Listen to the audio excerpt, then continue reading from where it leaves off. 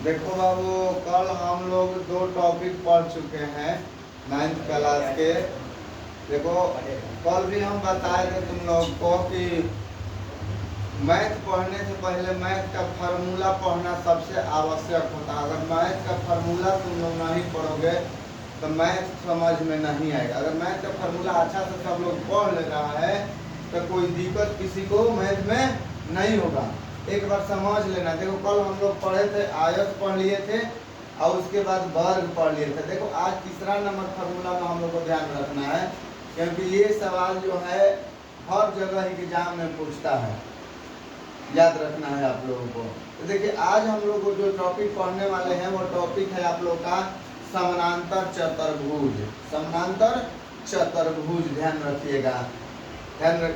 इसमें होता क्या है, ध्यान रखिएगा। फिगर को एक बार आप लोग देख लीजिए। देखिए, हम इस तरह से फिगर बना लिए, चार को कोना वाला फिगर बना लिए, चार को कोना वाला फिगर बना लिए ना। नीचे वाले जो होता है भाग, उसको हम ए से सूचित करते हैं। क्या से सूचित करते हैं? ए। इसको हम लोग जानते हैं कि जो भी नीचे वाला पार्ट होता है, भाग होता है, उसको आधार कभी भी माना जाता है। ठीक है ना। जहाँ पर आप खड़े रहेंगे नीचे, उस क्षेत्र को आप आधार मानिएगा। ठीक है। और उसके बाद जो ऊपर होगा उसको ऊंचाई। अब मान लीजिए जो साइड में हो जाएगा तो उसमें मान लीजिए कि आपका बहुत सारा चीज है। अब देखिए, यहाँ पर बताया जा रहा है कि आधार, यहाँ पर आधार हम इसको मान लिए हैं। यहाँ पर भी ये आपका साइड वाला भुजा हो जाएगा। ठीक है, साइड वाला भुजा हमने समझे। उसके बाद देखिए, सीधा एकदम हम यहाँ पर भी एकदम सोज लाइन वो खींचे। क्या किया है? आधार पर सीधा एक हम लाइन खींच दिए हैं। जो लाइन खींचे है वो ऐसा लाइन खींचना है जो 90 डिग्री का कोण बनाए। कितना डिग्री का कोण बनाएगा वो? 90 डिग्री का कोण। क्योंकि ऊंचाई एकदम सोज नापा जाता है। ऊंचाई क्या नापा जाता है? सोज नापा जाता है। जैसे कि मान लीजिए कि हम धरती पर पोल भी गाड़ते हैं तब पोल को एकदम सीधा गाड़ते हैं, तब वो सोज होता है। उसी तरह से यहाँ पर हम 90 डिग्री के एकदम सीधा लाइन खींच दिए हैं। इसको हम ऊंचाई के नाम से ध्यान देंगे। इसमें क्या होता है? तीन बातें खास होती है, ध्यान रखेगा। तीनों बात आपको याद रहेगा, आपको कोई प्रॉब्लम कभी भी नहीं होगा। देखिए, पहला बात आपको याद रखना है कि सम्मुख भुजाएं जो होती है, सम्मुख भुजाएं जो मान लीजिए कि जो भी सम्मुख भुजाएं होगा, आपस में क्या होता है? बराबर और समानांतर होता है। क्या होता है? आपस में समानांतर और बराबर होता है। फिगर देखिए रहे, इसमें जो भी सम्मुख भुजाएं होगा वो देखिए, ये वाला भुजा और ये वाला भुजा जो है एक दूसरे के समानांतर है और सम्मुख बराबर होगा। ठीक है ना। दूसरा उसमें बता रहा है कि सम्मुख कोण समान होता है। जो आमने सामने का जो कोण होता है, जो आमने सामने का कोण होगा वो क्या होगा? बराबर होगा। जो सम्मुख भुजा होगा उसका जो आमने सामने का कोण होगा वो बराबर ही होगा। ध्यान रखिएगा। तो इस तरह से आपको याद रखना है। तीसरा नंबर में बताया जा रहा है कि विकर्ण जो होता है एक दूसरे को समद्विभाजित करता है। अब मान लीजिए कि यहाँ पर जो दिया गया है, यहाँ से इस तरह से विकर्ण खींच देंगे, यहाँ से इस तरह से विकर्ण खींच देंगे। खींचेंगे, कल बताया था ना।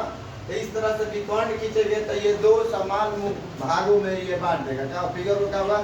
समान भागों में। यहाँ से खींचोगे ना तो इधर पार्ट अलग हो जाएगा, इधर पार्ट अलग, या यहाँ से खींच दोगे तो आधा पार्ट इधर हो जाएगा, आधा पार्ट उधर हो जाएगा। तो इसका मतलब है कि विकर्ण जो हम खींचते हैं, दो गो, मान लीजिए इसमें दो गो विकर्ण होगा, ये क्या होगा? एक दूसरे को समद्विभाजित, मतलब कि समान भागों में बांट देता है। समझ में आ गया? अब देखिए, इसमें फार्मूला कौन कौन प्रयोग करते हैं हम। इसमें फार्मूला कौन कौन, समानांतर चतुर्भुज में कौन कौन फार्मूला प्रयोग करेंगे? दो फार्मूला आपको मुख्य याद रखना है। पहला फार्मूला कि समानांतर चतुर्भुज का, देखिए पहला फार्मूला में क्या है? समानांतर चतुर्भुज का जो परिमाप होता है, याद रखिएगा, 2 × a + b होता है। वहीं लंबाई गुना चौड़ाई जो होता है ना, लंबाई गुना चौड़ाई, उसी को हम लोग मान लेते हैं। ठीक है ना। जिस तरह से हम आयत में मापे थे, आयत पढ़े थे ना, तो आयत के समान, देखिए आयत के जैसा है, आयत के जैसा दिखाई दे रहा है, लेकिन आयत नहीं है। क्योंकि आयत में क्या होता है? ये भुजा और ये भुजा बराबर होता है, ये भुजा और ये भुजा बराबर होता है। लेकिन ये इसमें ये भुजा और ये भुजा बराबर नहीं है। ये भुजा एक समान है। ठीक है ना। लेकिन बराबर कोई जरूरी नहीं, ध्यान रखिएगा, यही इसमें बताया जा रहा है। अब देखिए इसका मान लीजिए कि अगर हिंदी में इसको जानना चाहेंगे तो इस तरह से आप लिख सकते हैं कि दो गुने असमान भुजाओं का योग, ठीक है ना। तो ये जो असमान भुजा जो दोनों दिया है ना, दोनों का योग में लिख करके 2 से गुना कर देंगे तो हम लोग का क्या आ जाएगा, परिमाप आ जाएगा, कोई दिक्कत। अब देखिए दूसरा फार्मूला इसमें क्या प्रयोग किया जाता है बाबू, तो ध्यान में रखिएगा, इसमें दूसरा फार्मूला आपको प्रयोग करना है कि समानांतर चतुर्भुज का क्षेत्रफल, कौन सा बाबू, समानांतर चतुर्भुज का क्षेत्रफल। देखिए इसके समानांतर चतुर्भुज का क्षेत्रफल याद रखिएगा, इसका होता है कि आधार गुना ऊंचाई, जो आधार जो नीचे वाला रहता है उसको आधार मान लेते हैं, और जो ऊंचाई जो आप खींचेंगे ना, जो खींचे हैं पूरा पूरा इसको, जो सीधा बोले हैं ना अभी के एकदम 90 डिग्री के कोण पर आप एक भुजा खींचेंगे, जिसको हम ऊंचाई बोलेंगे, क्या बोलेंगे, ऊंचाई बोलेंगे। तो वहीं आधार गुने क्या होता है, ऊंचाई आपका हो जाए। इसमें ऊंचाई दिया रहे तो ठीक है, नहीं दिया रहेगा तो उसको निकालना पड़ता है, उसका फॉर्मूला अलग होता है, ठीक है ना। तो ऊंचाई निकालने के लिए तो चलिए देखिए, ध्यान में रखिएगा कि ये समानांतर चतुर्भुज का क्षेत्रफल आधार गुने ऊंचाई वर्ग इकाई में होता है।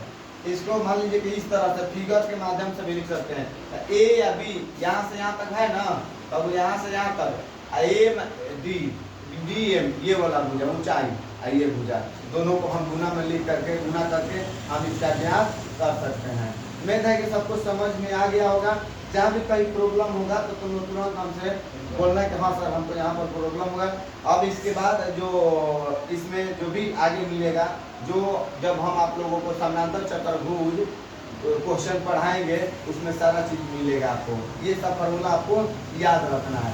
याद रहेगा तो आपको ये टॉपिक जो भी मैथ होगा इससे जुड़ी आपको बनाने में कोई प्रॉब्लम नहीं होगा। चलिए इसको आप लोग उतार लीजिए, तो उतार लीजिए बाबू, सब लोग आप लोग उतार लीजिए तो।